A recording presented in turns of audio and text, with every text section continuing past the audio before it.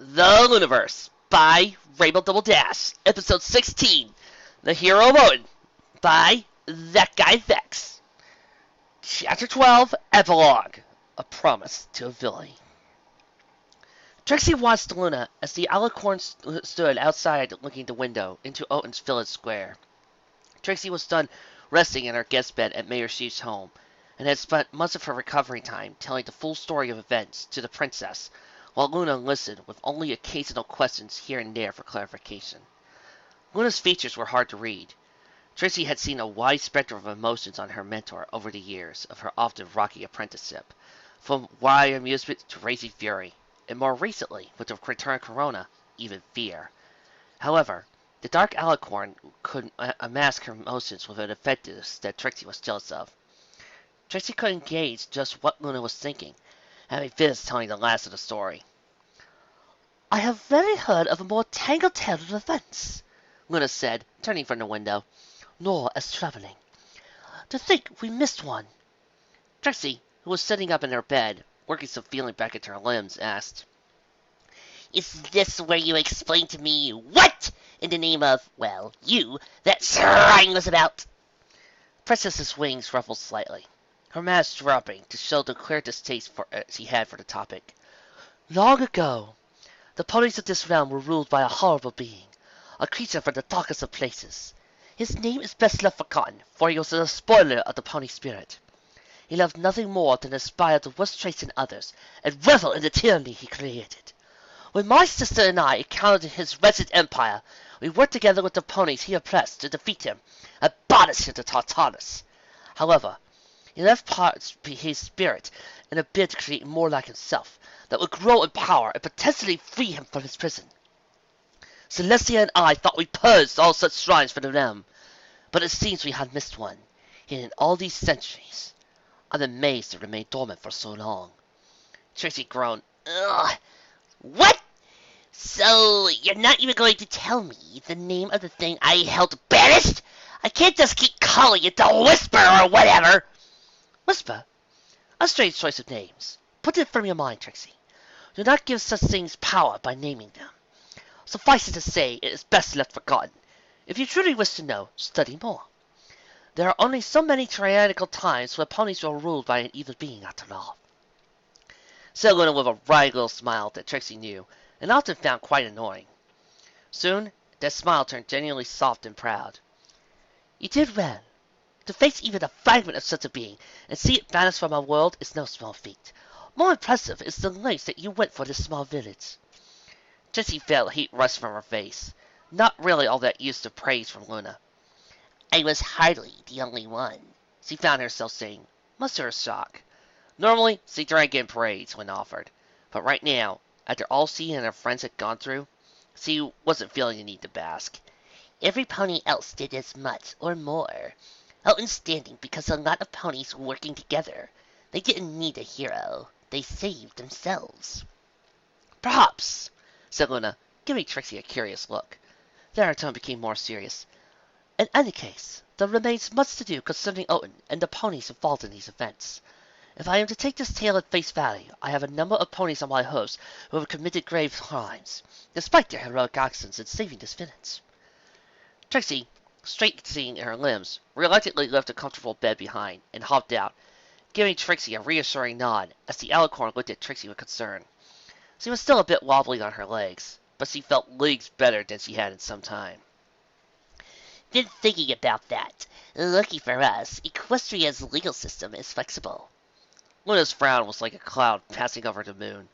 "I will not bend the rules more than I must, and not without good reason. I did not make the laws to put myself above them, nor twist them to suit my whims, or yours." "No twisting," Trixie said, placing a hoof, then paused, cocking her head in thought. "At least, I don't think so. Just hear me out, that's all I ask. I know you can't just let every pony off the hook, but maybe we can make sure every pony still wins in the end." She frowned. "Most every pony, anyway." Luna's frown deepened, but also somehow became softer, if somewhat concentration. "Yes, the pony who led Rufyton's Lumber Guild, Sawdust. Many choice words I would like to say to him, but it may be some time before I am able to do so." Sawdust remained unconscious to Trixie's knowledge, being looked after by his sister, picturesque in his own room. Unlike Trixie, who had just barely been pulled back from the edge of overchanneling, the strain of enacting the purification half of the ritual spell had put Sawdust over the edge and into complete magical burnout. Unicorns who did that ran very heavy risk of being put into comas, the kind that might last only a few days or years. In some extreme cases, waking up never occurred. He was stable, but there was no telling at what point he might recover. "I've taken Sawdust's condition into account," said Trixie. "My plan isn't all that complicated, but I need to have every pony involved in the same room. Before that, though, I wanted to ask if Bushel was going to be okay." Luna's eyes shifted, gaining a brighter glint in him. "Oh, yes. In between breaks of you telling me your tale, I've had a chance to speak with both, and examine that young filly myself, and meet her siblings, and an exotic trio of foals." "So she'll be all right?" asked Trixie, unable to keep from shifting on her hose with anxiousness she wasn't used to feeling outside of having a mountain of paperwork to do. Luna nodded. "My head maid, Miss Clean Glow, also possesses an inverted horn. Young Bushel makes the fourth that I know of that currently has this condition in this particular generation, though I've met many others over the course of time. It is a rare condition, but not unmanageable once one understands how to control it. She will need to feed upon magical energy on a semi-regular basis to keep the horn's needs satisfied, and be careful of taking in too much, lest she overcharge herself like she did when she saved your life. But it should be a simple matter to learn the needed concentration to ensure she can control what her horn does or does not consume. I'll be making the suggestion to her parents that she be allowed to make a homestay for a month or two in Canterlot, where Clean Glow can teach her what she will need to know." Trixie let out a soft relief. "Well, that's good. She shouldn't have a problem with that. At least, I'm hoping he won't after today." Luna raised a brow. "I would hope not. Oaton will not remain isolated after this. I will see to its registry myself, and look to it see that it has a proper representative of its own." Trixie smiled. "What a coincidence you bring that up, given I have just the candidate in mind." "You can't be serious!" Count Signing Coppercoin said, then glanced, drawing back into his chair as Princess Luna gave him a hard look. I mean, but... He glanced to his left, where his sister sat in a chair, looking both frightened and confused, sitting rock still.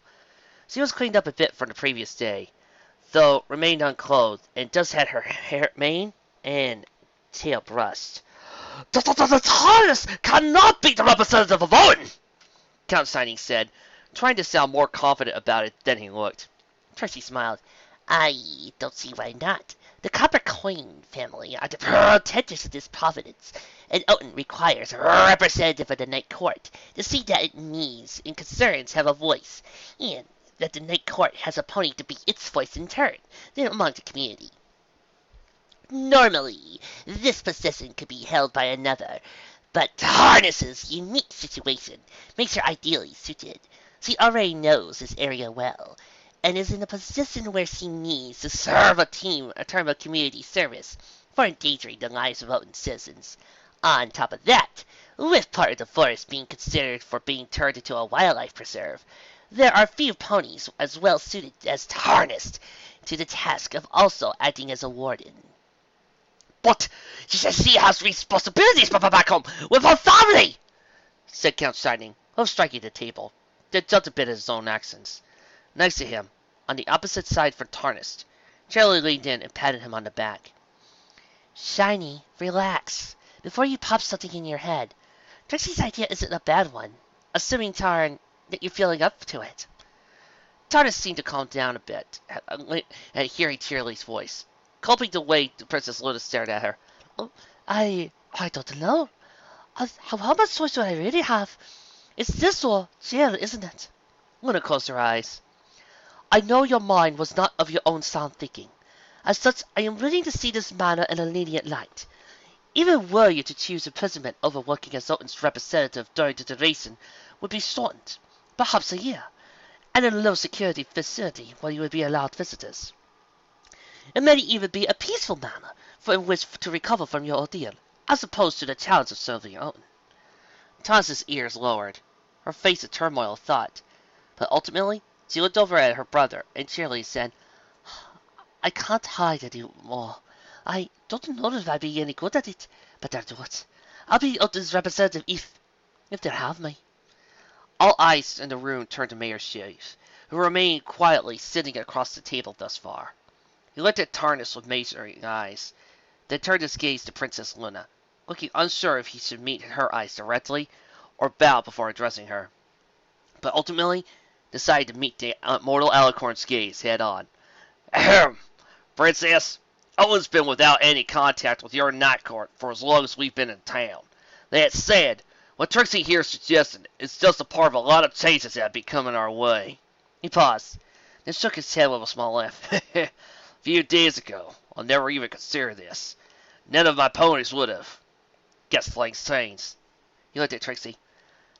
Ponies can change. My folk, I think they can accept Tarnus here as her representative. Tarnus seemed to look both relieved to hear that and more than a little terrified. Trixie smiled over at her. Don't worry. I've got some experience with the job, and Ponyville is a short distance away from mail carriers. I'll help you out with answering any questions you might have on how to be an aspiring and capable representative. Cheerilee's lips twisted in a wry smile. Raindrops, sitting on Trixie's right, gave Trixie a deadpan look. Trixie frowned, looking between her two friends. What? I give good advice! Tarn, whatever she says, don't start keeping stashes of bourbon in your desk, said Cheerilee. She coughed loudly, before Trixie could retort. In any case, there's also the other matter that Trixie brought up. Count Shining, who had been looking like he was still having trouble fully accepting the notion of his sister staying in Oaton, startled and looked over at Steve. Yes, that, he gulped, steadying his voice and suppressing the stutter. I understand that, unlike my sister, I do not have the excuse of my mind being influenced.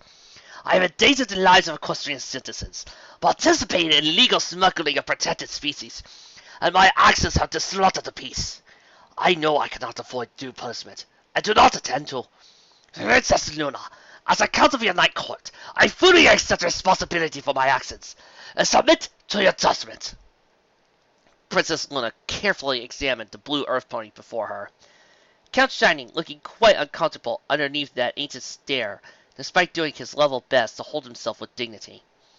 Trixie couldn't help but admit that the Count was doing better than she would give him credit for, at least when they first met. Amazing how much one's perceptions of a pony could change over the course of a day or two. Count Shining Copper Coin, Luna began. It is my understanding that all of the actions you have taken, every crime you have admitted to, were done with the dual goal of retaining your missing sister and to erase any significant monetary debt your parents have incurred over the years. Count Shining said nothing, knowing the princess was not asking confirmation, merely establishing the circumstances. After a brief pause, Luna continued. It has never been my policy to bail the nobles of my night court out of messes that they themselves have created. Your parents, without being quite foolish in amounting such large debts, remain the heads of your household. I cannot erase those debts. That said, my apprentice has suggested that it is possible for you to begin paying those debts off over a long period of time by focusing on developing areas of your providence that have remained. She glanced at Steve. Untapped, shall we say? She sighed. That's one way of putting it. A long time ago, I had a close friend during the trains. Owen's not ready for all that change, nor to extend sawdust and I visited all those years ago. I'm willing to see where some of that change may take us, though. The Lumber Guild. Some of my ponies have gotten kind of fond of those ponies. Saving our villages together, kind of formed some bonds there. As I understand it, the Wildlife Preserve will only focus on the inner portions of the forest. The edges, within several miles, are still open for lumber work. That is correct, said Princess Luna. South Everthree is a vast area, and I encourage the industrious nature of my little ponies. Within reason, I see no reason that the Huffington Lumber Guild could not continue its operations, as long as certain conditions are met. But who'll lead them with sawdust? She trailed off, frowning. The Capricorn family owns the controlling shadow stocks, said Count Shining. I can speak with the ponies of the guild and choose one among them who will best suit. There will be no dam, said she firmly. Oaton is still a farming community. First and foremost, if we need water. I see no issue with that, said Count Shining. The dam's purpose was solely it allowed us to use rafts to move animals in secret to our contacts in Hoofington. We can transport lumber over land, harder but doable, especially if you're serious in following Sawdust's plans and developing an actual train station. She thought, let's just take this one step at a time, Count. We're taking your sister in as pretty much as one of our own, and going to be learning to get along with the lumber ponies. It'll take us a while to adjust to all this, so let's not rush it, alright? Count Shining nodded slowly, then setting down somewhat. Agreed. It'll be difficult, especially as I will be somewhat restricted in overseeing all of this from prison. But rather, Thomas said, hesitantly putting a hoof on his shoulder. Then he placed his own hoof over hers. It's all right, Thomas. I can survive some time behind bars. It won't break our family. You still have to go through the normal process of a trial, said Luna, but I can safely predict that with some consideration for both your actions in protecting Oaton from flooding and fully admitting to your guilt, and willingness to take responsibility for your actions, that your sentence should relatively be light as well. Perhaps 2 years of confinement. You'll still be able to oversee your family's affairs and coordinate with your sister on Oaton's own efforts to rebuild itself even from prison. Cheerilee had a sour look on her face, as if she wanted to say something to Luna, but the schoolteacher seemed to understand that Luna was doing all she could under the circumstances to show Shining some clemency. Instead, Cheerilee leaned over to Shining and gave him a comforting nuzzle. Tarnus and I can both come see you, and you better believe I'll be writing. Count Shining's face burned red, and he smiled, a little exasperated. It would be good to have that to look forward to. In time, perhaps I can turn my family's finances around. Princess, said Chief, what's going to happen to Sawdust? Assuming he wakes up. Luna's frown was back like a storm cloud. As it stands, his crimes are the most grave, especially given his use of extremely forbidden memory spells, and the massacre assault he has committed upon equestrian citizens. She was referring to the Threshers, who saw this and petrified. The princess herself had dispelled the effect on 2 Oaton ponies, who had quickly recovered, confused over the events, and with little memory of what had occurred to them. Much could be laid at his hoofs, said Luna. He would normally be facing imprisonment for no small span of time, as long as he remains as he is. Such imprisonment would be pointless. Cease grimace. Sawdust may have done a lot of things wrong, but he also did what was right, come the end. I am not ignoring his final deed, Luna said with a level tone. Trixie has suggested that as long as he remains in that comatose state, that time counts towards his prison sentence. I am inclined to agree with her idea. There is the question where he shall be kept. He remains here, she said firmly. Princess Luna gave him a sidelong look, not one used to being interrupted, let alone have things told to her so bluntly. Sheaf, for his part, did not wilt at her look, and instead held her gaze as he explained. Here, he has a sister who lives who will look after him, and, Sheaf's voice wavered, a friend who cares for him as well. When he wakes up, better leave be there for him. Don't worry, Princess. When he awakens, he'll be informed. Luna met his eyes for a few seconds, before slowly nodding. So be it. I shall have a night guard who is properly medically trained to maintain vigil on him as well. Now then, that would seem to cover everything. Trixie, Raindrops, Cheerilee, the 3 of you have gone through no small trouble to help Oaton. And the least I feel I could do for you is to offer you swift transport to Ponyville, so you can rest properly. Trixie looked at her friends. Cheerilee shrugged. I need to be back by tomorrow morning for work. But the train would suit as well as teleporting. And honestly, I'd rather take our time leaving. I've yet to totally catch up with Tarnus or Shining. I'm dead tired, said Raindrops. None of the rest. Luna shrugged her wings. Very well. Mayor Sheath, I trust that you and Count Shining can work out details concerning Oaton's future without me overseeing things. Count Shining, you will have 1 week to set your affairs in order with your family before you will be required to appear at court in Canterlot. Do not require me to send an escort of night guards, yes? Of course, said Count Shining, ears flattening. As Luna stood to leave, Chief also stood. Hold a moment, princess. She glanced at him. I know you have important princesses things to do, but might want to consider hanging around Oaton, at least until the evening, he said. And why would that be? The Princess of the Night asked quizzically. She smiled. Well, we just worked our tails off saving our town. Got a batch of genuine heroes to celebrate. He gestured at Trixie and her friends. And we Oaton folk just don't let things like that go by without throwing one hell of a party. They're ashamed. The one time we're likely to have the princess here in town, that she skips out before the festivities start.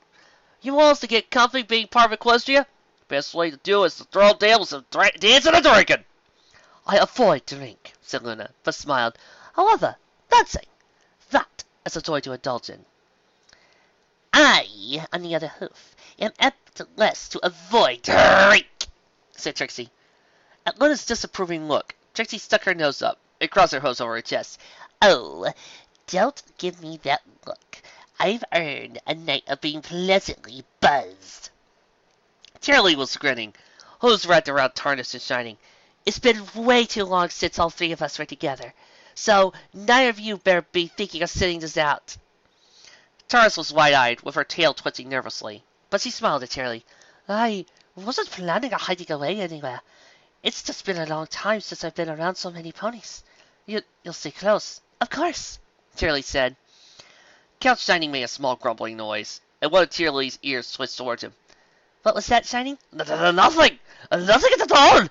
Just don't encourage my sister to do anything inappropriate! I'll have to stop her bumping you the whole night! Cheerilee's grin only widened as he leaned over and whispered in his ear. Who says it's her that I'll be encouraging towards inappropriate things? Count Shining's eyes twitched, and he made a small eek sound as he shrank down in his chair, like he was trying to burrow out the back of it. Trixie just shook her head with a small laugh and got up from her chair. Raindrops gave her a look. Where are you going?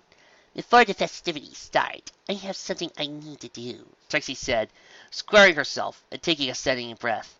Something has to happen before I feel right celebrating anything. It won't take long. Sheath, his eyes understanding as he saw the look in Trixie's face, simply say, She's in her room. Or at least, she better be in her room! Bushel was starting to think her parents didn't want her to leave her room. She knew she wasn't supposed to have left during the storm, and that perhaps jumping out the window could, but certain parents are prone to overreaction, be seen as bad. But she didn't see how threatening to tie her to the bed, put iron bars on the windows, and board up the door was really just overdoing it. And grounding her? Again? Milkdrop and Breadcrumb were playing outside, and she was stuck inside twiddling her hose. She goes out into mortal danger to save Trixie, gets grounded. Her siblings stay inside doing nothing. Never mind, that's exactly what they were told to do. They get to go outside and play. Totally unfair. Fortunately, Bushel could distract herself from her unjustified incarceration by checking out recent developments. She felt with her hoof around her forehead, wishing she had a mirror. She couldn't feel a horn there, but there was a kind of odd, tingling warmth. She could also feel the faint, odd buzz that seemed to stem from her head. A little light, faintly white in color, shone from her head. Bushel didn't really fully understand what made her horn different, but that huge blue pony with the pretty moving mane had explained it to her. Bushel was a pony whose blood from both her parents' tribes were equally active. Apparently, there were ponies out there who had both horns and wings, but weren't alicorns, because of the same reason. But for Bushel, who was both unicorn and earth pony, she had this weird horn that didn't cast magic, but ate it, an inverted horn, which wasn't physically there. But whenever it consumed magic, it appeared in the shape of a horn, glowing with whatever magic it had eaten. She didn't understand it, but it sounded kind of cool. She kept flicking her hoof over her head, wondering what the inverted horn looked like. The white glow meant it still had magic in it, though she had been told that magic would gradually be used up, as she had to learn how to eat more. Apparently, too much magic in there, though, was bad. It caused headaches, fever, and passing out. It was like actually eating food. Too little and you starved. Too much and you got a tummy ache. That's what had happened to her when she saved Trixie from that lightning bolt. But somehow, all that dark magic had been purged out of her horn when Trixie and the others did some kind of spell to make bad energy go away. Bushel didn't fully understand, but she knew that her headache was gone, and she felt a lot better. Bushel jumped in surprise as the door creaked open, immediately hopping toward her bed. I'm in bed. I just like I was told. No need to grab me more, She said hastily as she threw her hose over herself. Don't worry, Bushel. I won't tattle on you, Said a familiar voice that made Bushel immediately grasp. Then grinned as he tossed the bed covers back off and hopped on the bed. Trixie! The great and powerful Trixie, Hero of Oaton, Was standing there at Bushel's doorway, oddly without her cat and cape, and looking a little awkward, even hesitant to enter the room. But Bushel didn't care. Happiness flooded the filly as she saw the mare before her. Bushel had, of course, heard some bits of what had happened after she lost consciousness, and knew Trixie had been okay. But it was one thing to hear something, and another to see proof. Bushel found herself bending over to Trixie and throwing a tight hug around the grown mare's nearest available leg. I'm so glad you're okay. I mean, of course you are. I knew you'd be. You're the great and powerful. Bushel, we need to talk. Trixie, nothing can keep you down for long. I heard you beat some big bad evil thing in the forest to save everybody. That's... Please, settle down. I have to tell you something. Awesome? Huh? Oh, sure. No problem. Bushel let Trixie's leg go and stepped back into her room, practically prancing on her hooves. While being grounded was a drag, all in all, she couldn't be happier. Her hero really did save the day, and every pony was okay. Though her mother seemed really sad for some reason. Actually, Trixie looked a little sad now, right too. Why? Trixie closed the door behind her as Bushel went back to hop up on the bed and sit on it. Trixie slowly walked to the center of the room, and after seeming to debate with herself where to sit, she decided for doing so at the foot of Bushel's bed. Bushel didn't understand why Trixie looked so nervous and worried. Everything was great. Oaton was saved, thanks to Trixie, and her friends helped too, Bushel supposed. What was there to look so down about? Trixie seemed to have a hard time meeting Bushel's eyes. She visited, and kept shifting her gaze about the room, as long as it was anywhere but the filly sitting next to her. Well, Trixie bit her lip. And then, with a heavy shake of her head, she looked Bushel in the eye. I lied. Lied? Bushel's head tilted a little. About what? When you first came to me, Trixie said, each word only seeming to come with strain, as he was fighting to get them without. I made myself out to be the very hero you were looking for. More even, I got caught up in the performance. I wanted to meet the image of being the hero of Oaton that you had. So I pumped myself out, played the role, even though I'm really nothing like what you thought. I just didn't want to disappoint a fan. I'm sorry, Bushel, for lying to you. Bushel just blinked several times at Trixie, mind trying to process this. She heard the words, but nothing about them made sense. It was like Trixie was speaking some bizarro version of equestrian, where everything's meaning was in reverse order. What are you talking about? She piped up, jumping onto all fours on her bed. But you did everything you said you were going to do. Owen is totally saved, and everybody's happy. You beat up the big basilisk monster, and made the Lumber Guild ponies to be nice to us now, and even took down a scary evil thing in the forest. How does that not make you a hero? Trixie rubbed her head with a hoof. Bushel, I didn't do any of those things by myself. Without my friends, we never have survived the basilisk. And Tarnished in the end saved herself. Owen's ponies, your father and mother, the Lumber Guild, Count Shining even Sawdust in the end. They all did things to save Owen. I'm trying to tell you, I'm not the powerful hero from the song I let you believe I was. I'm just a pony. Bushel stared at her, ears slowly drooping alongside her head, and Trixie mirrored the look, lowering her own face. I really am sorry, Bushel. I had this slight ego problem. I didn't want to hurt you, but you deserve to know. I wanted to be a hero for you, and really, when it came down to it, you saved me. Bushel was still silent, and Trixie's face scrunched up in pain as she whispered, I'll go now. As Trixie turned and headed for the door, Bushel spoke. Wait. Trixie stopped, turned her head. Bushel hopped off her bed and came over to Trixie, looking up at the azure unicorn with wide, shining eyes. A hoof reached out and gently touched Trixie's leg.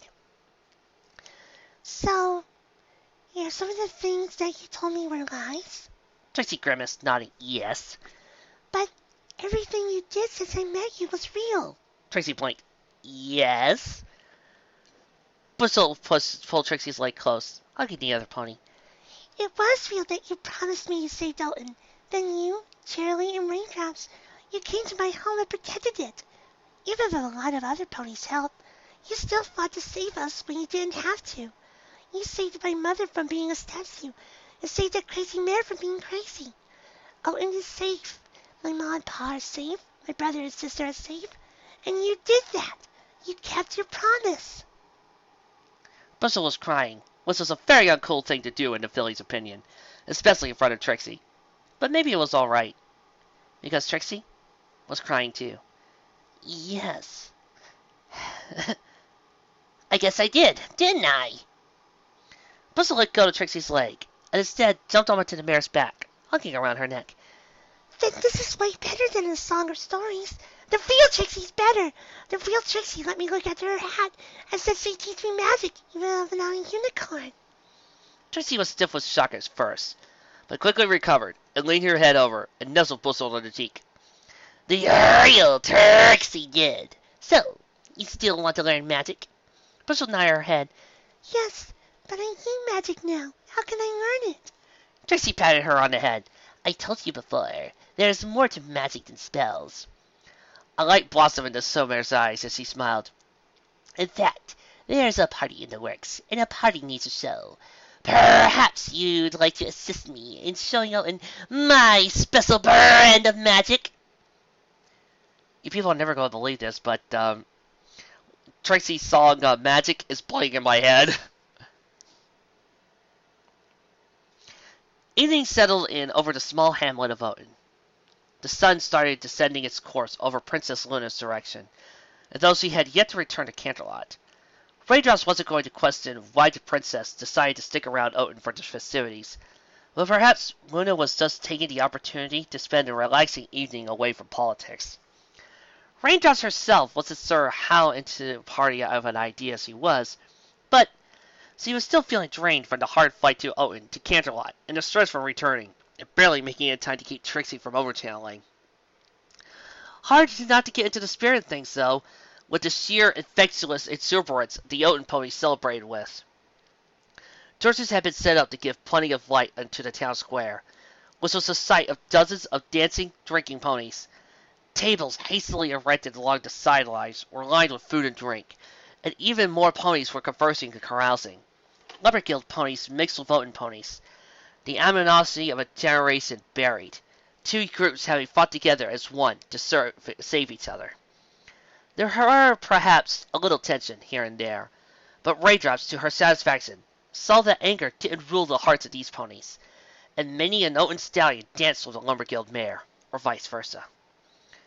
The romantic and Raindrops imagined many a future couple were getting their start amid the laughter and high spirits of the evening. Music provided by both groups floated through the air. Strumming strings and energetic flutes provided a melody of life and family that bound these ponies together. The image was brought to full fruition by the stamps of applause and rolled from one end of the celebration, where Trixie had erected a makeshift stage with several tables and borrowed tablecloth. There, the show mare put on a performance, her cape on her back, but her hat upon the head of a certain yellow filly who stood on stage with her.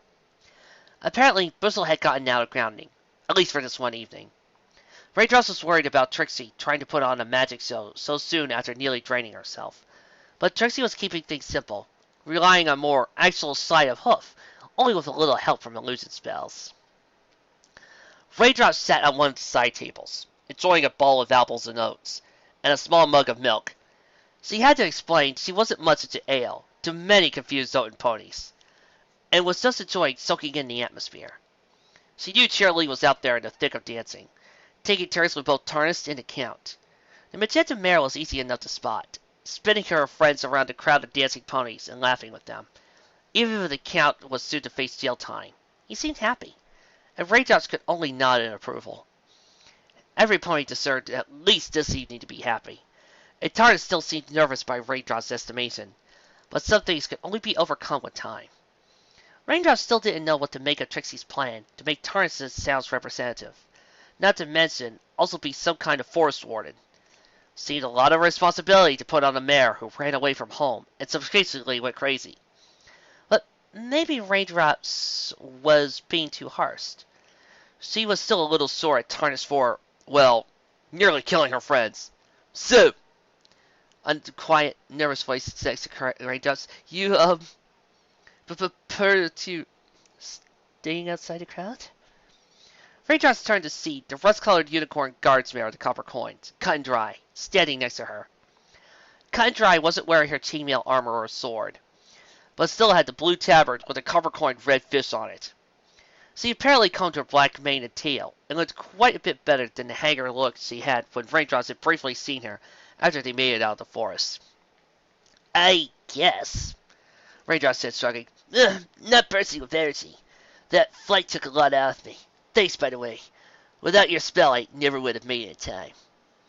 Cut and Dry's muzzle brightened with a smile, and Raindrops couldn't be sure, but there might have been a deeper cast of red to that rusty coat. I was happy to help. You looked, I'm just glad you liked the wings. Cut and Dry finally faced off, and Raindrops couldn't figure out why. Noticing some movement behind Cut and Dry towards the nearby Oaton house, Raindrops saw Cut and Dry's brother, Lock something, and that other guard, Buthiel, peeking around the corner and watching her. Cut and Dry's brother was making encouraging gestures, while Buthiel was just grinning like he was having trouble keeping from bursting out laughing. Raindrops raised an eyebrow, looking at Cut and Dry, and scooting over to provide room at the table. "What's it?" she asked casually. Cut and Dry opened her mouth, then closed it and silently nodded, taking the spot next to Raindrops. "Oh, come on, for the love of... Come on, sis, make a move!" Lock and Key said, as he quietly could while still shouting. His sister was just sitting there like a lump next to the Pegasus, and not doing anything other than examining her hooves. And Sis said he had trouble with the mares. He felt a hoof land on his head and a light pat. Buthiel was next to him, sighing. "Ugh. Don't think we're going to get much of a show out of this, Lock, my boy. Cut and Dry, for a unicorn who specializes in flight, is crashing hard out there. This requires drastic measures." Lock and Key looked at Buthiel warily. "What are you thinking?" Buthiel grinned and gestured out to the crowd. Lock and Key followed until he spotted, across the town square, Princess Luna. She had been at the party since the start, and most of the pony had gotten used to her being there, though she seemed content to watch rather than participate. Lock and Key gave Buthiel a weird look. Your sister has to be shown how it's done. Give her confidence." Lock and Key felt his eyes turning aside as the ale mugs. You're not serious. You're not that crazy." Buthiel's grin only widened. Cut and Dry wanted to smack herself again, but realizing face-hugging in front of Raindrops would just make her look strange. She used drinking from a mug of Oaton ale as an excuse for her silence, as she mentally did breakfast, trying to think of anything to say to the Pegasus sitting next to her. Cut and Dry was sitting very carefully, trying to keep from brushing up against Raindrops, though those wings were just so close with their array of soft-looking feathers. What would it be like to have one wrapped around her? Gah! Think of conversation, not anything else. Talk like a normal pony. "You alright?" asked Raindrops, causing Cut and Dry to nearly jump off her seat.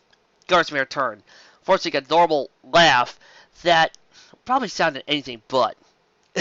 "Me? Yeah, I'm fine. Why you ask?" Raindrops tried. "You must have pushed yourself pretty hard last night with those ice walls. Don't know magic much, but from what I gathered listening to Trixie, big stuff like that isn't easy for your average unicorn." Cut and Dry was at once pleased at the phrase and concerned, and soured at being reminded that Raindrops and that mare were friends, and were going to be back to Ponyville soon, all together and stuff. "I pushed myself, yes, but so did everybody else. Ice walls aren't that hard, and it's a well-known spell for equestrian battle mages." "Is that what you were before joining the Copper Coins?" No, not at all. Cold Edge, one of the other guards, was a discharged battlemate. He's the one that led the spell linking for the ice walls. The rest of us just poured our magic into the link. Me and my brother were brought into the Coppercoin household by Lord Shining after we tried to, well, rob him. At Raindrops' look, Cut and Dry looked away. I'm not sure how me and my brother lived back then. I'm not really proud, and my lord gave us a new life. Saw potential in a pair of desperate young ponies rather than just thieves. He will always have my loyalty, no matter how long his present sentence is. I will await his return to serve him faithfully until my dying day. That's admirable, Raindrops said, with a warm smile that sent Cut and Dry's heart into acrobatic leaps of glee. He better appreciate what he's gotten you, or I'll have a talk with him. That won't be needed. My Lord Shining is... What in Tartarus is he doing? Cut and Dry's outburst startled Raindrops, but she didn't notice as he stared across the town square, eyes not believing what she was seeing. Raindrops looked to where Cut and Dry was looking, and the Pegasus let out a small whistle. That's one of your guard buddies, isn't it? Yep, Cut and Dry squeaked, paling as he was debating between trying to stop Buthiel or just watching the train wreck happen, then proceed to find somewhere to hide. He's locking up to Princess Luna, Raindrops commented dryly. Yes, Cut and Dry confirmed. And then, feeling oddly detached from the events as he watched Buthiel saunter through the crowd and right up to the Princess of the Night. To Cut and Dry's utter humiliation, Buthiel was very obviously intently turned to look at her, and Raindrops from across the crowd and waggled his eyebrows at her. He then proceeded to approach a somewhat bemused-looking Princess Luna. A few night guard trotted out of the shadows as if to bar his path, but they stood back at a small gesture from the princess. Buthiel ignored the night guards like they weren't there and came right up to Equestria's sovereign and looked her over with the most unashamedly lecherous smile Cut and Dry thought she had ever seen on him. Cut and Dry didn't hear what he said to the princess. A small favor, to be sure, but there was no mistaking that grin, or his highly suggestive eyebrow waggles. How could any pony convey so much lowbrow thoughts with just an eyebrow waggle? Cut and Dry waited for the inevitable hood slap, or, in Princess Luna's case, likely to be lightning bolts from the sky.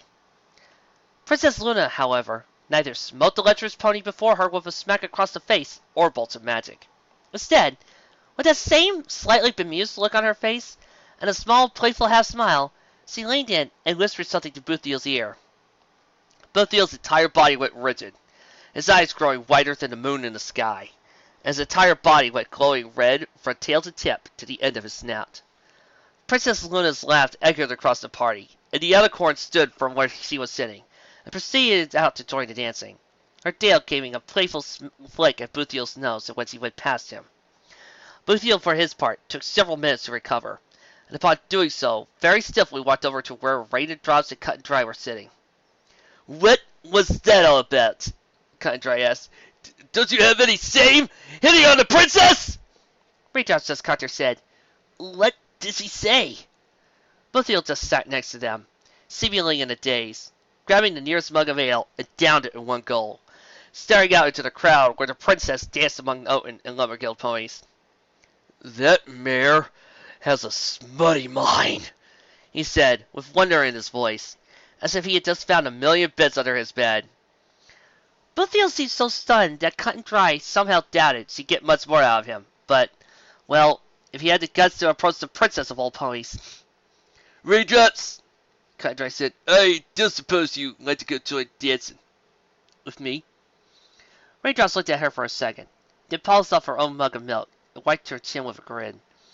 Then stood. Sure, why not? Guess it is a party after all. Cut and Dry's grin was, for once, wider than Buthiel's has ever been. Cheerilee settled onto the ground, not even bothering with a bench at one of the tables. Just enjoying the cool feeling of the grass on her coat as she tucked her hose under her. Tarnus flopped down by her side, panting lightly.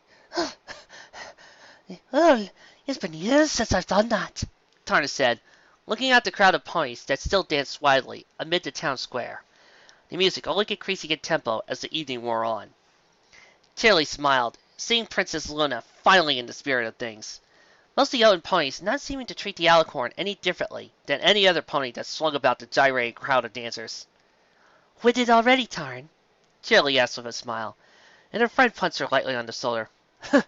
"You're taking a breather too. Don't want to hear it," Tarn said, returning the smile.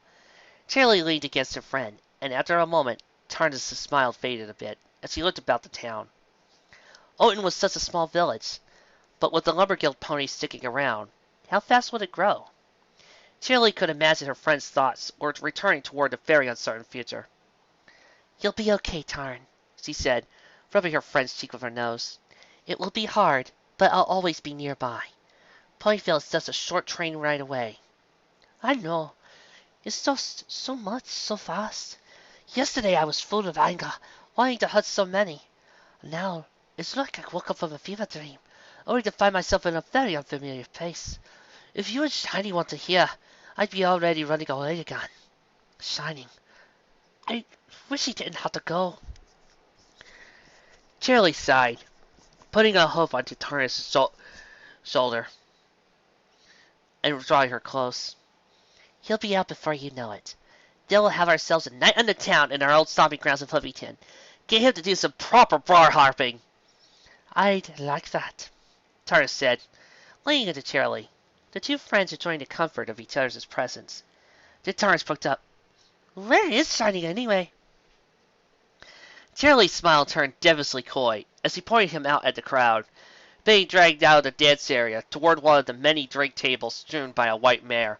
"Let's just say I ran into a mare named Piper, who showed quite an interest in your brother, and I maybe encouraged the two to spend some time together." For the look of Shining's wide-eyed failing, it was possible Cheerilee had encouraged Piper a bit too much. But hey, Cheerilee figured Shining needed some help getting out of this nervous shell of his. Tarnis looked on curiously. "He is going to be okay." She winced as Piper practically wrestled Shining to the table and proceeded to drub shakes his way, while slapping on the back of the nearby bowl to counter over. "Right?" Before Cheerilee could respond, a voice called out to her from the crowd. "Hey, Miss Cheerilee!" It was Spitshine, followed by Potato Shack. The two obviously drunk stallions stumbling by and smiling wide at her and Tarnis. "How's the evening treating you, you fine mares?" "Fine, just fine. How about the two of you? Not bothered by having the Lumber Guild ponies here?" No, they're all right. Don't figure why they never just came to town for a proper drink before. With us getting our river back, we got no quarrel worth mentioning. Don't hurt that their mares are easy on the eyes. Even so, the stallions," Spitshine said musingly, looking out into the crowd. "Hey, aren't you that mare that'll be looking out for us with them night court nobles?" said Potato Sack, looking at Tarnis. She gulped and pulled a little closer to Cheerilee, but nodded. I am. Yes." Potato Sack and Spitshine exchanged looks. Do we got a bell or something?" "No! I'd prefer it if it didn't. I'm just going to be doing some paperwork mostly, if Trixie's explanation is accurate. Lots of paperwork." Tarnis frowned. "Never liked paperwork." "Don't worry," said Cheerilee. "Trixie has plenty of experience on how to avoid doing exactly that. In fact, hiring an assistant was one of the first things he did to make it easier to slack off." "An assistant, eh?" Spitshine said, rubbing his chin. "Might be something I'd try a hoof at if you're looked at." Maybe?" Tarnis said, looking a little overwhelmed, and Cheerilee gave her a comforting pat on the back. "All right, boys, let's give the soon-to-be representatives some time to relax and avoid talk of work. This is a night for enjoying ourselves. Tarn, you feeling rested and ready for another round of dancing?" Tarnis nodded, but looked off outside the circle of torches, providing light to the party. "I am, but I sense an old friend nearby. I think I want to spend a little time with them, or show that I'm all right among these ponies." Cheerilee looked at the darkness beyond the circle of torches and noticed a large silhouette in the distance, keeping away from the town, probably to avoid spooking any of the ponies. Cheerilee smiled and nodded to Tarnis. "Sure. I'll be here when you get back." You know, the only thing that could have made this even more awesome was if the basilisk joined in the party and Luna was dancing with one of them. The night was long, and was filled with the sounds of joyous ponies. Slowly, one by one, the ponies of Oaton and the Lumber Guild retired, back to their homes, some to the lumber camp, which was still in need of repairs from the fires and rain of the previous night. Some went alone, or with friends, saying fond good nights to new friends. Perhaps more than one or two new couples stole away to private places to see where their new-found feelings might take them. On the outskirts, a young mare who was once lost both in mind and soul consoled and reassured a certain pair of sizable basilisks that she was going to be okay, and that many changes would be coming, but that the forest would always be their home, and she would always be nearby from them. Not far away, the mare's brother watched with a warm smile, knowing he was soon to wait a long time before seeing her again, but calm in his heart, knowing that he would have a chance to restore his family, and be a noble in truth, not just in title. Within one of the rooms above the village's tavern, a husband and wife talked quietly, rebuilding trust, reassuring love, and musing over what they had both protected and lost. On the bed they sat, by a stallion slept, his countenance peaceful. Who knew when he would awake? But when he did awake, the husband and wife agreed that he would take the sight of the family. In the next room, 3 young ponies slept off the night of excitement, the eldest of them dreaming of a future where she too protected ponies, like the hero who kept her promise to a filly.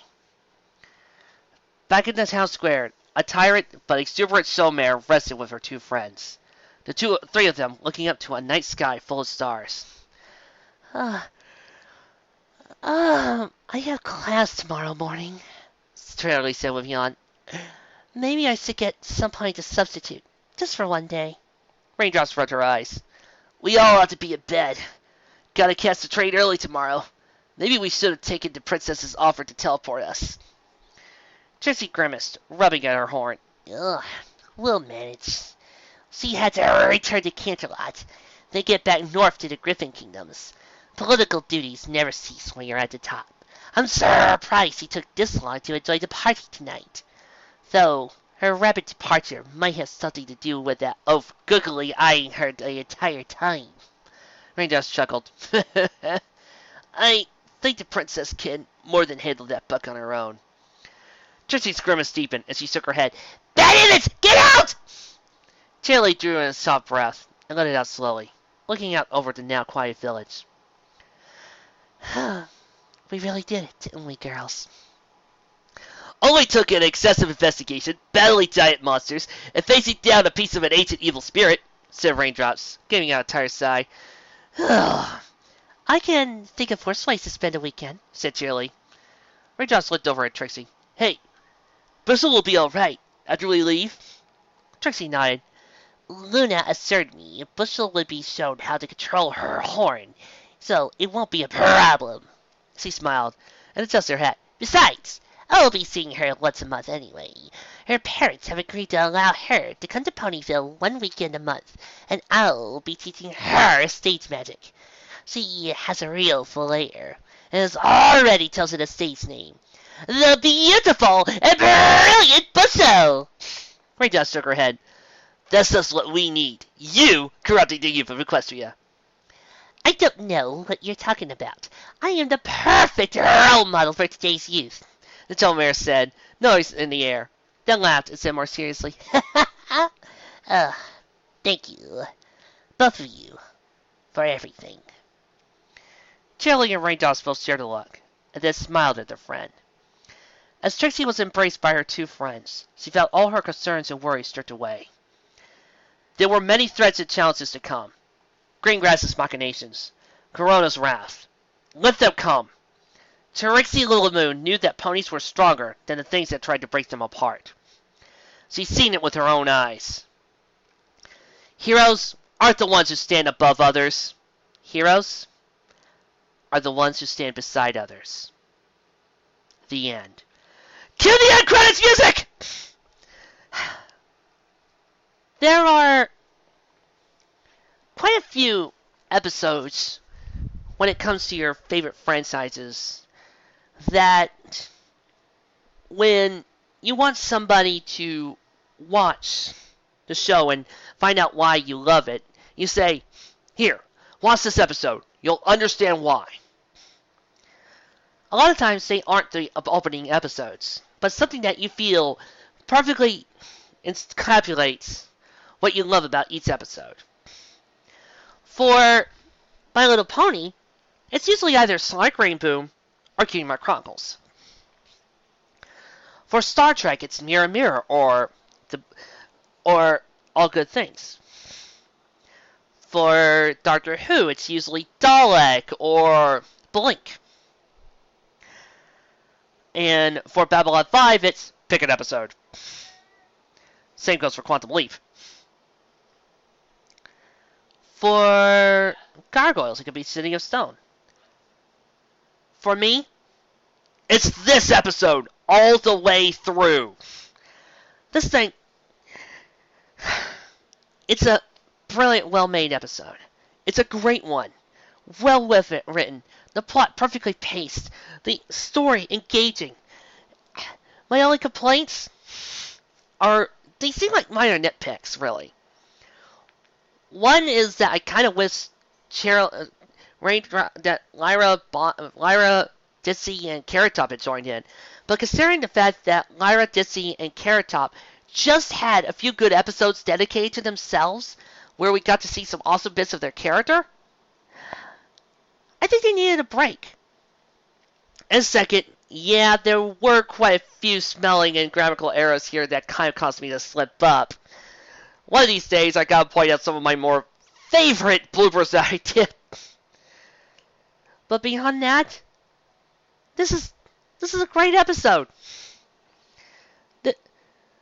This is one of those times you just go, okay, you want to see why I love the series? Here.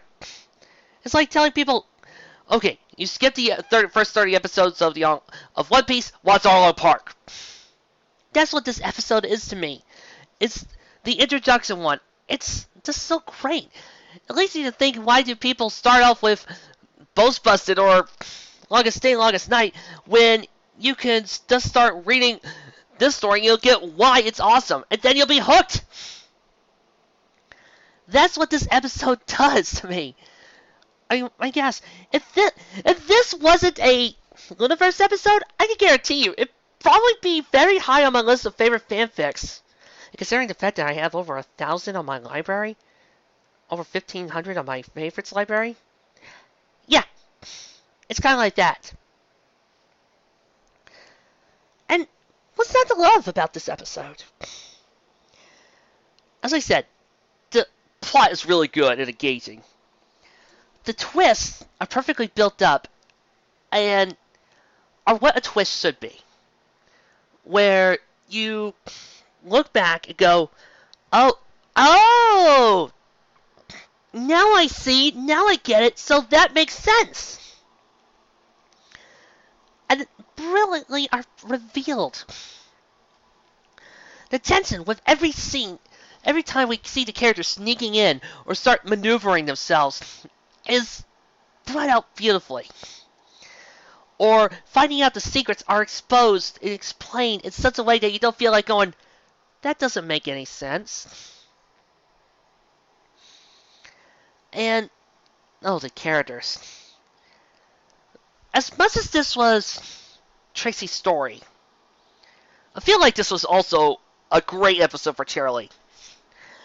One of my few complaints about the series so far had been, to this point, that Cheerilee hadn't got enough screen time. And if you look, she only had one real episode dedicated to her, and that was back at Hard Bar, and that was back with Scoot Along to the Cheer. And even there, she was sharing screen time with Scootaloo. But here, this was all. She may have had time with Trixie and Raindrops, but this was all her, baby. This was all Cheerilee. We got to see how Cheerilee demonstrated her element of laughter by giving hope to these ponies that were around her, by trying to keep things light and cheerful, by trying to make it feel like it's not the end of the world and that everything's going to be okay. Whenever any of them were down, she was there to lend a shoulder or a quip and make every pony feel good about themselves. She was always there looking at the bright side of life, going, hey, you know what? No, This is going to be good. We can handle this. We'll do this. There's no ifs, ands, or buts about it. We'll help them. And it helped make her seem so much more like she belonged there. We're also seeing how she may have had a little bit of a rebellious past, but she's changed over time. And now she's dedicated to making other ponies laugh and smile. We see that making ponies smile and feel free and happy with each other was something she was born to do, was something that she had been doing throughout most of the story. And that's what I love about her character, is that we've seen that no matter what the odds, she seems to be ready to laugh either in the face of danger or ready to make ponies feel so much better about themselves. I also love Raindrops in this. We see more of her comforting side, her compassion, her caring. We see that she's willing to let herself drop her usual rage to go tell Trixie it'll be alright, it'll be okay. Or to offer a kind word or phrase to Trixie. I love how, despite the fact that they were teasing her, you could tell just from their actions that all of them were willing to stand by Trixie's side, and all of them were willing to help her, even if they couldn't. I also love how Raindrops was basically telling Trixie, look, this idea is ridiculous. I think there's a better way, but I'll support you no matter what. And Trixie, well, she is best pony in this show, and we see why. All of her emotions and characterizations are out on full display. But more than that, we see more of what makes her different from Twilight. While Twilight and Sunset are powerhouses, Trixie is the mare who starts thinking through. She's smart, cunning. She uses her illusions to her advantage. She may not have unlimited power, but she doesn't need it. Because she is the type of mare who starts out thinking them. If we were to compare these, well, Trixie's the Batman. And heavens knows I love you for it, hon. Thank you so much. The villains were also well done. Tarnis technically wasn't a villain, but as an OC, she was good. I love seeing that her crazy side was really holding back what was normally a kind and sweet and caring mare. I loved Count Shining as we saw that, despite his actions, he really does want best for his family, and you know what? On any other time, I would have helped him. I love that he had to be convinced for all this, where he probably could have found another way to help his sister. I also love Sawdust. He's the type of villain I like. The one who has good motivations, but evil ways of doing it. But at the same time, we saw that he wasn't completely evil, for when he saw his niece hurt, he was willing to help her. In this light, I guess he's a lot like, well, I guess he's kind of like Tombstone from the Spectacular Spider-Man. Going a little bit too far to help, but you can tell that his intentions are good. It's his actions that say differently. Then again, all the OCs were well done. Everybody here was well done. The story the story had probably a really great meaning behind it. What makes a hero? I posted on the fanfic writer groups boards a few months ago what makes a hero, to which our old enemy and Fandom Friday's favorite chew toy, Myken, claimed that I was whining about. But this fic really does start bringing up that question, and we see a whole different ways of looking at it. Trixie believed that being a hero meant she had to do it all her own, that she had to be this huge, big hero. And we see Bushel's childish view of a hero. And the Whisper shows a cynical view of it. But we all see that, in a way, some of them are right. And in a way, there was no particular right way of looking at it. I like how Bushel pointed out that Trixie was a hero. And Trixie, you listen to as well. Because I think this is a good way of pointing it out. Sometimes a hero is just the last one to hear about it. That was a quote from my favorite American Tail movie, Five Goes West. Said by the great James Stewart. And I like that. But I also like this meaning at the end. A hero isn't one who stands above others. It is the one who stands with others. And that is true. Trixie didn't need to beat the Basilisk all on her own to be a hero. She didn't need to conquer Tarnus and defeat the evil on her own. No. She needed to remember to work with others and believe in the strong bonds of her friendship, which this fic helped to really cement how Cheerilee, Raindrops, and Trixie play off each other and work together. Raindrops, snarky. Trixie, boastful. And Cheerilee, the comforting middle. This fic also reminded us that, yes, despite the fact that Trixie had help, she was still a hero. I mean, come on. She went out of her way to go to fight the Basilisk, save Brussels' mom, fix Tarnus, and then held on as long as she could to help keep that ritual spell going. If that doesn't say hero, I don't know what does. You don't always need to be the lone wanderer. Sometimes it's good to have somebody at your back. Sometimes it's good to have somebody who could stand by your side and lift you up when you need it most. That's what we call friends. That's what we call nakama. True friends who will stand by your side till the very end. And that is a very important lesson to learn, Vic. So thank you. Well, join us tomorrow for a special release as I bring out something I've been teasing for the past few months now. Here's the trailer. Allow me to take you back to a time before kingdoms rose. Is this supposed to be serious? To a time before humans. What a weird-looking world. To a time before princesses rise. You have earned your wings. To a time before empires fell.